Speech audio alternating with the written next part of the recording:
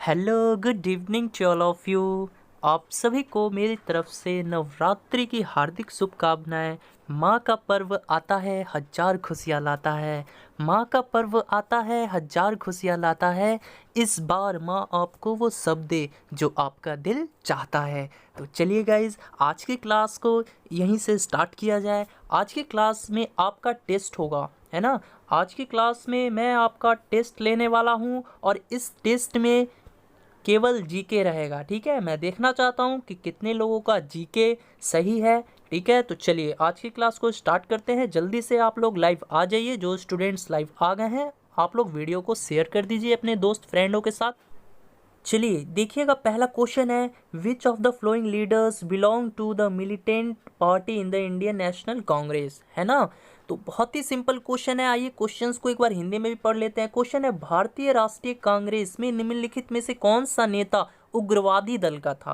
पहला ऑप्शन है दादा भाई नेहरू जी, दूसरा ऑप्शन है मोतीलाल नेहरू, तीसरा ऑप्शन है बाल गंगाधर तिलक, चौथा ऑप्शन है गोपाल कृष्ण गोखले। सभी स्टूडेंट इस क्वेश्चन का आंसर करेंगे। बहुत ही वीवीआई क्वेश्चन है, जल्दी से सभी विद्यार्थी बताएंगे इस क्वेश्चन का आंसर क्या होगा। भारतीय राष्ट्रीय कांग्रेस में निम्नलिखित में से कौन सा नेता उग्रवादी दल का था। तो वेरी गुड, यानी जिन भी स्टूडेंट ने आंसर ऑप्शन सी दिया है ना, बाल गंगाधर तिलक, वो सही है। तो याद रखिएगा, भारतीय राष्ट्रीय कांग्रेस में बाल गंगाधर तिलक ये उग्रवादी दल के थे। ठीक है, चलिए अब यहाँ से मैं कुछ क्वेश्चंस आप लोगों से पूछना चाहता हूँ भारतीय राष्ट्रीय कांग्रेस से रिलेटेड। ठीक है, तो आप सभी लोग बताइएगा। एक क्वेश्चन आपसे पूछ लेता है कि भारतीय राष्ट्रीय कांग्रेस के संस्थापक कौन थे। ठीक है, क्वेश्चन इस तरह से पूछ लिया जाता है आपसे कि भारतीय राष्ट्रीय कांग्रेस के संस्थापक कौन थे। जल्दी से सभी स्टूडेंट बताएंगे, भारतीय राष्ट्रीय कांग्रेस के संस्थापक कौन थे। भारतीय राष्ट्रीय कांग्रेस के संस्थापक कौन थे, जल्दी से बताइए। भारतीय राष्ट्रीय कांग्रेस के संस्थापक कौन थे। तो वेरी गुड, कौन थे जी। तो ए ओ हुरुम, है ना, ए ओ हुरुम थे, याद रख लेना। और इन्होंने ही भारतीय राष्ट्रीय कांग्रेस की स्थापना कब की थी, ये भी पूछा जा सकता है। तो याद रखना 1885 ईस्वी में। ठीक है, अब चलिए एक क्वेश्चन और बताइए। तो आप लोग एक क्वेश्चन पूछ लिया जाता है कि भारतीय राष्ट्रीय कांग्रेस के पहले अध्यक्ष कौन थे। बताइए, भारतीय राष्ट्रीय कांग्रेस के जो पहले अध्यक्ष थे वो कौन थे। सभी स्टूडेंट को बताना है, भारतीय राष्ट्रीय कांग्रेस के जो पहले अध्यक्ष थे वो कौन थे। तो याद रखना WC बनर्जी, है ना। इनका पूरा नाम क्या था, व्योमेश चंद्र बनर्जी। ठीक है, यही जो थे भारतीय राष्ट्रीय कांग्रेस के प्रथम अध्यक्ष थे। तो यहाँ से इतने सारे क्वेश्चन इंपॉर्टेंट बन सकते हैं जो आपके एग्जाम्स में पूछे जाते हैं। ठीक है, तो आप लोग इसको नोट कर लेना। चलिए बढ़ते हैं नेक्स्ट क्वेश्चन की तरफ। चलिए देखिएगा, सेकंड नंबर क्वेश्चन है, India is a secular state because, यानी भारत धर्मनिरपेक्ष राज्य है क्योंकि। बताइए क्या होगा। ऑप्शन ए है, यहाँ सभी धर्मों को समान माना जाता है। ऑप्शन बी है, यहाँ धार्मिक विश्वास तथा व्यवहार निरुत्साहित है। ऑप्शन सी है, ये एक समाजवादी देश है। ऑप्शन डी है, यहाँ के लोगों का कोई धर्म नहीं है। तो जल्दी से सभी विद्यार्थी इसका राइट आंसर करेंगे। बहुत ही इजी क्वेश्चन है और बहुत ही वीवीआई क्वेश्चंस भी हो जाता है आपके एग्जाम्स के लिए। तो जल्दी से सभी विद्यार्थी इस क्वेश्चन का राइट आंसर करेंगे। वीडियो ओवर हो जाने के बाद, यानी क्लास जब आप लोग का ओवर हो जाएगा, तो आप लोग अपना स्कोर कार्ड जरूर बताइएगा लास्ट में कि आप लोगों ने 10 में से कितने मार्क्स प्राप्त किए। ठीक है, तो सभी स्टूडेंट्स को अपना स्कोर कार्ड जो है वो कमेंट बॉक्स में बताना है कि आप लोगों ने इस टेस्ट में, आज के इस टेस्ट में कितना मार्क्स ऑब्टेन किया। चलिए बताइए। तो वेरी गुड, यानी इस क्वेश्चन का आंसर ऑप्शन ए होगा, है ना। तो भारत धर्मनिरपेक्ष राज्य है क्योंकि यहाँ सभी धर्मों को समान माना जाता है। ठीक है, आप लोग याद रख लेना कि भारतीय संविधान के प्रस्तावना में घोषणा के अनुसार भारत एक धर्मनिरपेक्ष देश है जहाँ सभी धर्मों को एक समान माना जाता है, चाहे वो किसी भी धर्म का हो या फिर किसी भी जाति का हो। ठीक है, तो चलिए इस क्वेश्चन का आंसर ऑप्शन ए होगा। चलिए बढ़ते हैं नेक्स्ट क्वेश्चन की तरफ। चलिए थर्ड नंबर क्वेश्चन देखिए। क्वेश्चन है, व्हाट इज फाइनेंस कमीशन, यानी वित्त आयोग क्या है। पहला ऑप्शन है स्थायी निकाय, दूसरा ऑप्शन है त्रिवार्षिक निकाय, तीसरा ऑप्शन है वार्षिक निकाय, चौथा ऑप्शन है पंचवार्षिक निकाय। जल्दी से सभी विद्यार्थी बताएंगे वित्त आयोग क्या है। जल्दी से बताइए। वेरी गुड, यानी जिन भी स्टूडेंट ने आंसर ऑप्शन डी दिया है ना, पंचवार्षिक निकाय, वो सही है, यानी 5 वर्षों वाली एक निकाय है वित्त आयोग। ठीक है, अब वित्त आयोग से संबंधित कुछ प्रश्न जो है आपके एग्जाम्स में पूछ लिए जाते हैं, है ना, फाइनेंस कमीशन से रिलेटेड कुछ क्वेश्चंस पूछ लिए जाते हैं। तो चलिए मैं आप लोगों से क्वेश्चंस पूछता हूँ, बताइएगा वित्त आयोग की स्थापना जो है किसके द्वारा होती है। क्वेश्चन इस तरह से पूछ लेगा आपसे, वित्त आयोग की स्थापना किसके द्वारा होती है। वित्त आयोग की स्थापना किसके द्वारा होती है, जल्दी से बताइएगा। वित्त आयोग की स्थापना किसके द्वारा होती है। वित्त आयोग की स्थापना किसके द्वारा होती है, सभी स्टूडेंट बताएंगे।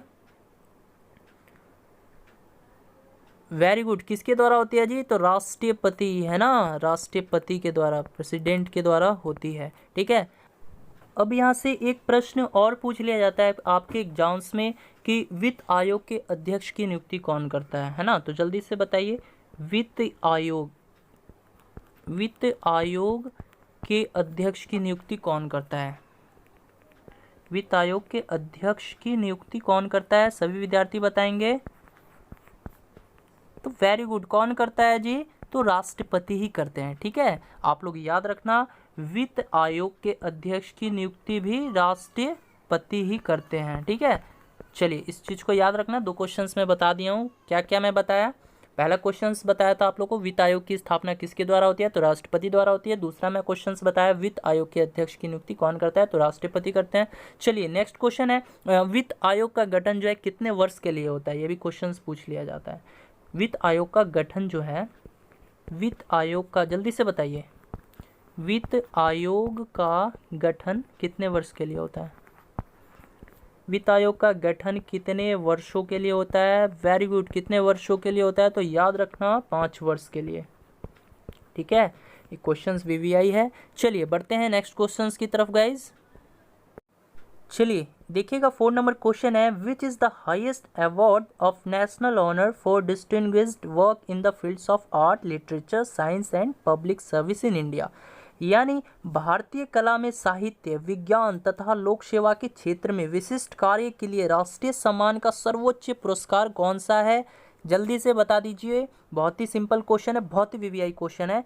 क्वेश्चन है, भारत में कला, साहित्य, विज्ञान तथा लोक सेवा के क्षेत्र में विशिष्ट कार्य के लिए राष्ट्रीय सम्मान का सर्वोच्च जो पुरस्कार है वो कौन सा है, जल्दी से बताइए। पहला ऑप्शन है मैग्सेसे पुरस्कार, दूसरा ऑप्शन है भारत रत्न पुरस्कार, तीसरा ऑप्शन है नेहरू पुरस्कार, चौथा ऑप्शन है ज्ञानपीठ पुरस्कार। जल्दी से सभी विद्यार्थी इस क्वेश्चन का राइट आंसर करेंगे। तो वेरी गुड, यानी इसका जो आंसर होगा वो ऑप्शन बी होगा, यानी जिन भी विद्यार्थियों ने आंसर ऑप्शन बी दिया है भारत रत्न पुरस्कार, वो सही है। ठीक है, तो याद रखना, भारत में कला, साहित्य, विज्ञान तथा लोक सेवा के क्षेत्र में, है ना, विशिष्ट कार्यों के लिए दिया जाने वाला पुरस्कार कौन सा है, तो भारत रत्न पुरस्कार है। चलिए अब हम लोग बात करें मैग्सेसे पुरस्कार के बारे में, तो इससे रिलेटेड एक क्वेश्चन आपके एग्जाम्स में पूछ लिया जाता है, पूछता है कि रैमन मैग्सेसे पुरस्कार जो है किस देश द्वारा दिया जाता है।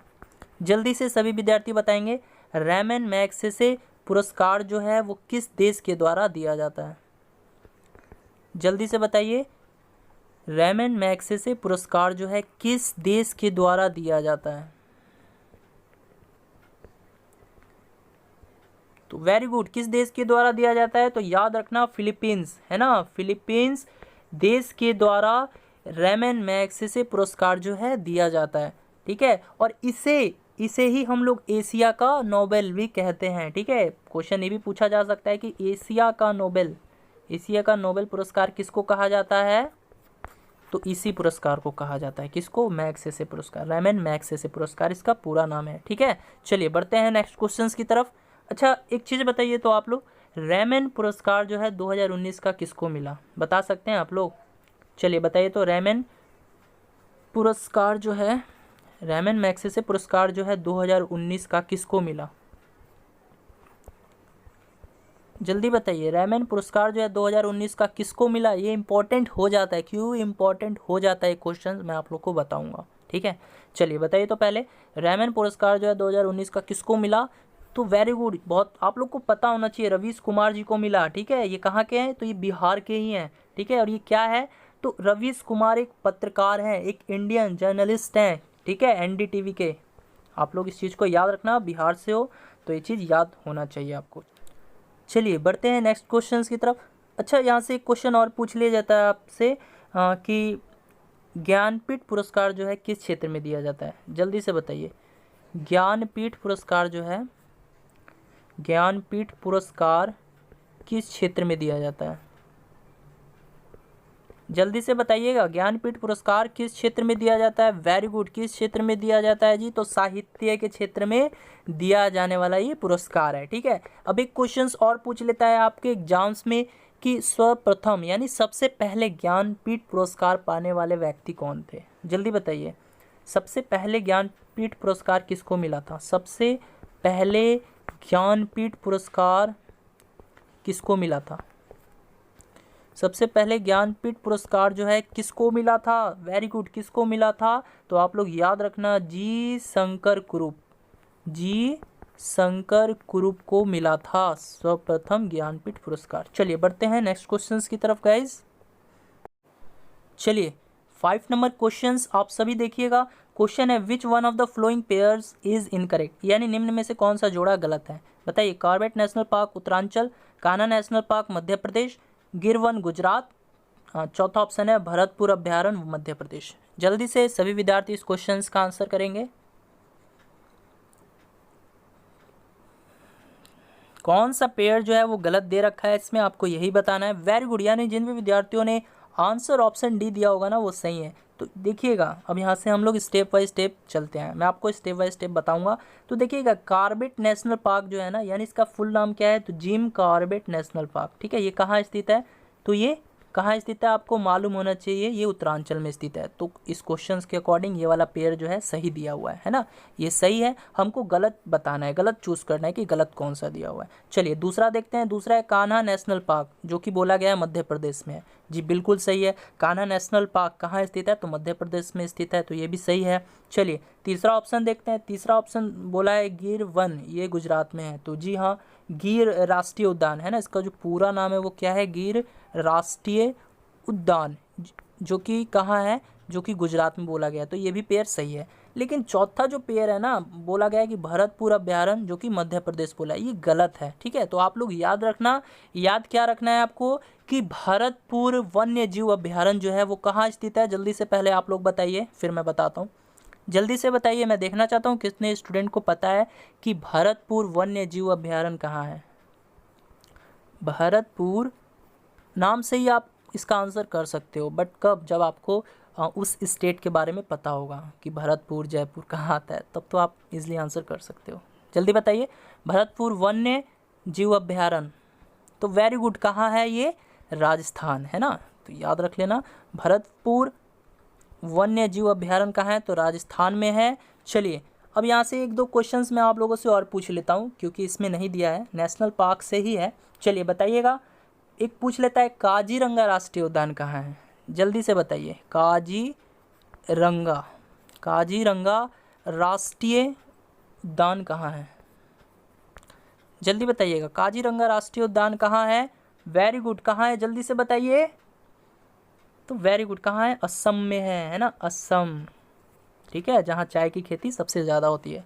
चलिए अब एक पूछ लेता है आपसे कि मानस नेशनल पार्क, मानस नेशनल पार्क कहाँ है? मानस नेशनल पार्क कहाँ है? तो ये भी गाइज याद रखना है, ये भी जो है असम में है। ठीक है, तो ये चीज़ याद रखना है। एक पूछ लेता है दुधवा नेशनल पार्क कहाँ है? जल्दी से बताइए, तो दुधवा नेशनल पार्क कहाँ है? दुधवा नेशनल पार्क कहाँ है? तो इसको भी याद रख लेना, ये यूपी में है, उत्तर प्रदेश। ठीक है, चलिए बढ़ते हैं नेक्स्ट क्वेश्चंस की तरफ।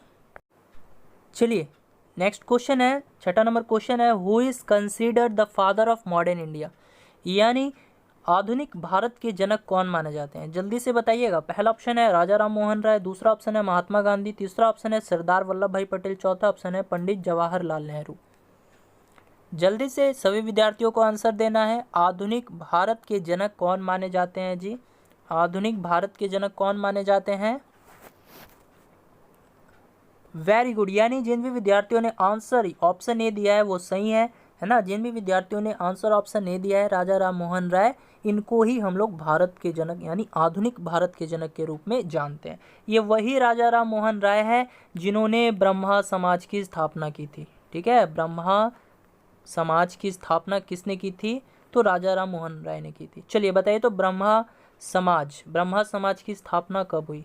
ये भी पूछ लिया जाता है आपके एग्जाम्स में। ठीक है, तो जल्दी से बताइए, तो ब्रह्मा समाज की स्थापना तो राजा राम मोहन राय ने की थी, जैसा कि आप सभी लोग जानते हो, लेकिन इसकी स्थापना कब हुई? बताइए, सभी विद्यार्थी बताएंगे ब्रह्मा समाज की स्थापना कब हुई। वेरी गुड, कब हुई? तो 1828 ईस्वी में हुई थी। ठीक है, इस चीज़ को याद कर लेना। अब देख लेते हैं महात्मा गांधी के बारे में। तो इनका जन्म पूछ लिया जाता है, तो इनका जन्म जो है कब हुआ था? तो 2 अक्टूबर 1869 में। ठीक है, कहाँ हुआ था? तो गुजरात के पोरबंदर में हुआ था। बात कर लेते हैं सरदार वल्लभ भाई पटेल की। तो इन्हें भारत का लौह पुरुष कहा जाता है। क्वेश्चन पूछ लिया जाता है कि भारत का लौह पुरुष किसे कहा जाता है? तो याद रखिएगा, सरदार वल्लभ भाई पटेल को कहा जाता है। अब बात कर लेते हैं पंडित जवाहरलाल नेहरू की। तो इनका जो है जन्म कब हुआ था, ये भी आप लोग जान लीजिए, 14 नवंबर 1889 में। ठीक है, 14 नवंबर 1889 में हुआ था। 14 नवंबर को हम लोग बाल दिवस के रूप में भी मनाते हैं, इन्हीं के जन्म दिवस के अवसर पे। ठीक है, चलिए बढ़ते हैं नेक्स्ट क्वेश्चन की तरफ। चलिए देखिएगा, नेक्स्ट क्वेश्चन है मानक समय यानी स्टैंडर्ड टाइम बोलते हैं, निर्धारित करने का आधार होता है। पहला ऑप्शन है देशांतर रेखा लॉन्गिट्यूड, दूसरा ऑप्शन है अक्षांश रेखा लैटिट्यूड, तीसरा ऑप्शन है अंतर्राष्ट्रीय तिथि रेखा यानी इंटरनेशनल डेट लाइन, चौथा ऑप्शन है प्रधान मध्य रेखा यानी प्राइम मेरिडियन लाइन। तो जल्दी से बताइए इस क्वेश्चन का आंसर क्या होगा? मानक समय निर्धारित करने का आधार होता है, बताइए। तो वेरी गुड, यानी जिन भी विद्यार्थियों ने आंसर ऑप्शन सी दिया है वो सही है।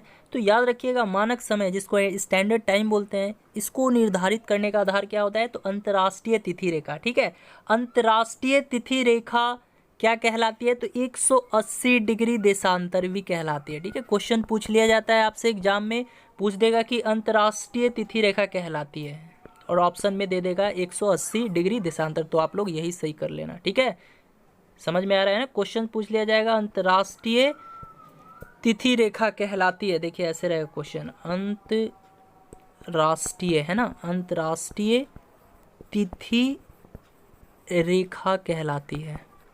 तो क्या आंसर दोगे? अंतर्राष्ट्रीय तिथि रेखा कहलाती है, ऑप्शन में दे देगा 180 डिग्री, 90 डिग्री है ना, 125 डिग्री, ऐसे ऐसे दे देगा। तो 180 डिग्री ही कहलाती है, ये याद रखना, आंसर 180 डिग्री हो जाएगा। ठीक है, चलिए देखिए होता क्या है ना कि अंतर्राष्ट्रीय तिथि रेखा एक सीधी रेखा नहीं है, ये प्रशांत महासागर के बीचों बीच 180 डिग्री देशांतर पर उत्तर से दक्षिण की ओर खींची गई ये काल्पनिक रेखा होती है। ठीक है, चलिए अच्छा एक चीज़ बताइए, तो अंतर्राष्ट्रीय तिथि रेखा का निर्धारण जो है किस वर्ष किया गया, बता सकते हैं आप लोग? बताइए, तो अंतर्राष्ट्रीय तिथि रेखा का निर्धारण किस वर्ष किया गया? अंतर्राष्ट्रीय तिथि रेखा का निर्धारण किस वर्ष किया गया, बताइए। चलिए इसको याद ही कर लीजिए आप लोग, इसको 1884 में किया गया। ठीक है, यानी अंतर्राष्ट्रीय तिथि रेखा का निर्धारण 1884 ईस्वी में किया गया। चलिए बढ़ते हैं नेक्स्ट क्वेश्चन की तरफ। चलिए देखिएगा, नेक्स्ट क्वेश्चन है इंडियन करेंसी इज प्रिंटेड, भारतीय मुद्रा छापी जाती है। ऑप्शंस देखिए, रिजर्व बैंक ऑफ इंडिया में, वित्त मंत्रालय में, संसद में, नासिक प्रिंटिंग प्रेस में। जल्दी से सभी स्टूडेंट इस क्वेश्चन का आंसर देंगे, भारतीय मुद्रा कहाँ छापी जाती है? जल्दी से बताइए। वेरी गुड, यानी जिन भी विद्यार्थियों ने आंसर ऑप्शन डी दिया है वो सही है ना। भारतीय मुद्रा नासिक प्रिंटिंग प्रेस में छापी जाती है। ठीक है, बात कर लेते हैं हम लोग रिजर्व बैंक ऑफ इंडिया की। तो इससे रिलेटेड एक दो क्वेश्चंस पूछ ले जाते हैं। पहला क्वेश्चन पूछता है आपसे कि आरबीआई, जिसको रिजर्व बैंक ऑफ इंडिया बोलते हैं, इसकी स्थापना कब हुई? जल्दी से बताइए, आरबीआई की स्थापना कब हुई? सभी स्टूडेंट बताएंगे आरबीआई की स्थापना कब हुई, जल्दी बताइए। वेरी गुड, कब हुई? तो याद रखना 1 अप्रैल 1935 में, है ना, 1 अप्रैल 1935 में आरबीआई की स्थापना हुई। चलिए बताइए तो आरबीआई यानी रिजर्व बैंक ऑफ इंडिया का राष्ट्रीयकरण कब हुआ? बताइए आरबीआई का राष्ट्रीयकरण कब हुआ? राष्ट्रीयकरण कब हुआ? चलिए ऑप्शंस दे देता हूँ मैं, 1949 में, और दूसरा ऑप्शन मैं दे दिया आपको 1972 में। जल्दी से बताइए, सभी विद्यार्थी बताएंगे आरबीआई का राष्ट्रीयकरण कब हुआ था। वेरी गुड, कब हुआ था? तो 1949 में हुआ था। ठीक है, आरबीआई का मुख्यालय कहाँ है? तो आपको मालूम होना चाहिए मुंबई में है ना, मुंबई में आरबीआई का मुख्यालय है। चलिए बताइए तो आरबीआई का जो अभी प्रेजेंट अध्यक्ष हैं वो कौन है? आरबीआई के अभी जो प्रेजेंट में है, वर्तमान अध्यक्ष कौन है? तो याद रखना आरबीआई के अभी जो अध्यक्ष है ना वर्तमान में, वो कौन है? शक्तिकांत दास। ठीक है, शक्तिकांत दास है। ठीक है, शक्तिकांत दास। चलिए यहाँ पर लिख देता हूँ मैं, शक्तिकांत दास, इसको नोट कर लेना। ठीक है, अच्छा यहाँ से एक क्वेश्चन और पूछ लिया जाता है, बताइए तो आप लोग, एक क्वेश्चन पूछ लिया जाता है, 1 रुपए के नोट पर किसके हस्ताक्षर होते हैं? बताइए, यानी क्वेश्चन इस तरह से पूछता है, 1 रुपए का नोट पर किसका हस्ताक्षर होता है? 1 रुपए का नोट पर किसका हस्ताक्षर होता है? 1 रुपए का नोट पर किसका हस्ताक्षर होता है? जल्दी से बताइए, 1 रुपए के नोट पर किसका हस्ताक्षर होता है? तो याद रखना किसका होता है जी? आरबीआई का नहीं होता, आरबीआई के गवर्नर का नहीं होता। किसका होता है? वित्त सचिव का होता है। ये चीज़ याद रख लेना, वित्त सचिव। ये बहुत ही वीवीआई क्वेश्चन है, आप लोग इस पर स्टार लगा लीजिए। बाकी जितने भी नोट्स हैं ना, उस पर आरबीआई के गवर्नर के हस्ताक्षर होते हैं, लेकिन इस 1 रुपया का जो नोट होता है ना, जो पहले चलता था, अब तो पता नहीं चलता है कि नहीं चलता है। आई थिंक चलता ही होगा, बहुत कम लोगों के पास होगा। आप लोग के पास है कि नहीं 1 रुपये का नोट? जल्दी से बताइए तो किन किन विद्यार्थियों के पास 1 रुपये का नोट है?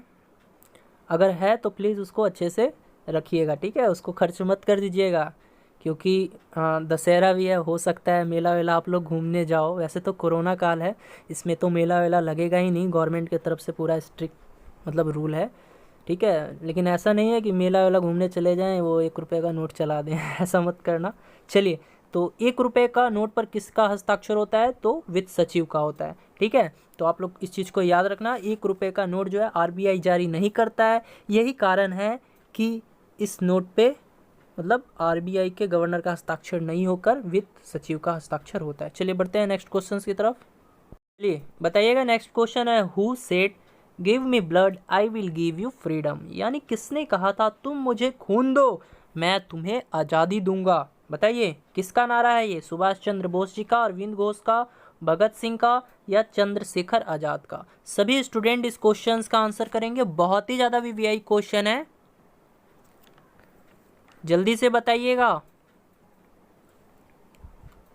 तुम मुझे खून दो मैं तुम्हें आज़ादी दूंगा, किसका नारा था जी?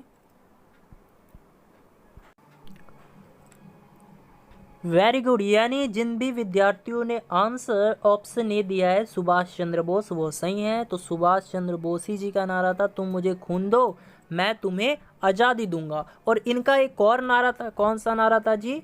जय हिंद, है ना, जय हिंद नारा भी इन्होंने ही दिया था। तो आप लोग इस चीज़ को याद कर लेना। अब बात कर लेते हैं अरविंद घोष की, तो ये एक बहुत ही बड़े राइटर हैं। ठीक है, इनके द्वारा एक बुक लिखा गया है, कौन सा? Life divine. ठीक है, तो क्वेश्चन पूछ लिया जाता है लाइफ डिवाइन किसकी रचना है? ठीक है, यानी इसके रचनाकार कौन है?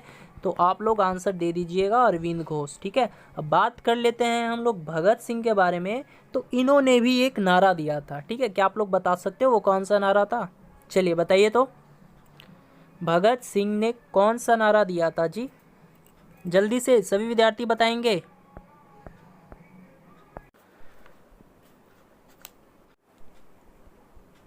वेरी गुड, कौन सा नारा दिया था? तो इनकलाब जिंदाबाद, है ना, इस चीज़ को याद कर लेना। भगत सिंह ने कौन सा नारा दिया था? तो इनकलाब जिंदाबाद। ठीक है, चलिए एक बार बोल दीजिए तो, इनकलाब जिंदाबाद। ठीक है, अब एक क्वेश्चन और पूछ लेता है भगत सिंह से रिलेटेड कि भगत सिंह, राजगुरु तथा सुखदेव, ये 3 लोग थे, इनको फांसी कब हुआ था? जल्दी से बताइए, बहुत ही वीवीआई क्वेश्चन है। भगत सिंह, राजगुरु, ठीक है, और सुखदेव, सुखदेव को फांसी कब हुआ था? बताइए, इन तीनों लोगों को फांसी कब दिया गया था? तो याद रखना 23 मार्च 1931 में, है ना, 23 मार्च 1931 को इनको फांसी दिया गया था। लाहौर के षड्यंत्र का एक केस था उसी के कारण, और यही 23 मार्च है जो हम लोग शहीद दिवस के रूप में भी मनाते हैं। ठीक है, चलिए अब बढ़ते हैं यहाँ से नेक्स्ट क्वेश्चंस की तरफ। चलिए नेक्स्ट क्वेश्चन देखिएगा, the maximum distance between the earth and the sun is, यानी सूर्य और पृथ्वी के मध्य अधिकतम दूरी होती है, किस दिन होती है? यही क्वेश्चन पूछा गया है, आप लोग जल्दी से इसका आंसर दे दीजिए। पहला ऑप्शन है 4 जुलाई, दूसरा ऑप्शन है 3 जनवरी, तीसरा ऑप्शन है 8 मार्च, चौथा ऑप्शन है 7 अप्रैल। सूर्य और पृथ्वी के मध्य अधिकतम दूरी किस दिन होती है? जल्दी से बता दीजिए प्यारे बच्चों इस क्वेश्चन का आंसर, बहुत ही वीवीआई क्वेश्चन है, ये चीज याद रखना, आप लोग इस पर स्टार लगा लीजिएगा। वेरी गुड, यानी जिन भी विद्यार्थियों ने आंसर ऑप्शन ए यानी 4 जुलाई दिया है वो सही है ना। तो सूर्य और पृथ्वी के बीच अधिकतम दूरी 4 जुलाई को होती है, लेकिन क्वेश्चन अगर इस तरह से पूछता सूर्य और पृथ्वी के बीच न्यूनतम, अधिकतम ना देकर न्यूनतम दूरी पूछता किस दिन होती है, तब क्या बोलते? बताइए तो। अगर क्वेश्चंस में पूछता सूर्य और पृथ्वी के मध्य न्यूनतम दूरी जो है वो किस दिन होती है, तो उस सिचुएशन में भी आपको याद होना चाहिए कब होती है, तो 3 जनवरी को होती है। वेरी गुड, ये चीज़ भी याद कर लेना। ठीक है, सूर्य और पृथ्वी के मध्य न्यूनतम दूरी जो है किस दिन होती है, तो 3 जनवरी को होती है। अब पृथ्वी से रिलेटेड 1-2 क्वेश्चंस मैं आप लोगों से पूछना चाहता हूँ, तो बताइएगा। क्वेश्चन है पृथ्वी अपने अक्ष पर किस दिशा से किस दिशा की तरफ रोटेट करती है? पृथ्वी अपने अक्ष पर, है ना, पृथ्वी अपने अक्ष पर किस दिशा से किस दिशा की तरफ रोटेट करती है? बताइए, किस दिशा से किस दिशा में घूमती है? किस दिशा से किस दिशा में घूमती है? बताइए तो। क्वेश्चन है पृथ्वी अपने अक्ष पर किस दिशा से किस दिशा की तरफ घूमती है? वेरी गुड, किस दिशा से किस दिशा की तरफ घूमती है? तो याद रखना पश्चिम से पूरब की तरफ, है ना, पश्चिम से पूरब की तरफ। ठीक है, याद रहेगा ना। चलिए एक क्वेश्चन और बताइए तो। क्वेश्चन पूछ लिया जाता है पृथ्वी अपने अक्ष पर कितने डिग्री झुकी हुई है? जल्दी से बताइएगा, पृथ्वी अपने अक्ष पर कितने डिग्री झुकी हुई है? जल्दी से बताइएगा, पृथ्वी अपने अक्ष पर कितने डिग्री झुकी हुई है? बहुत ही वीवीआई क्वेश्चन है ये सब, जितना भी करवा रहा हूँ। आप लोग को मालूम है तो बहुत अच्छी बात है, जिनको नहीं मालूम है वो नोट कर सकते हैं।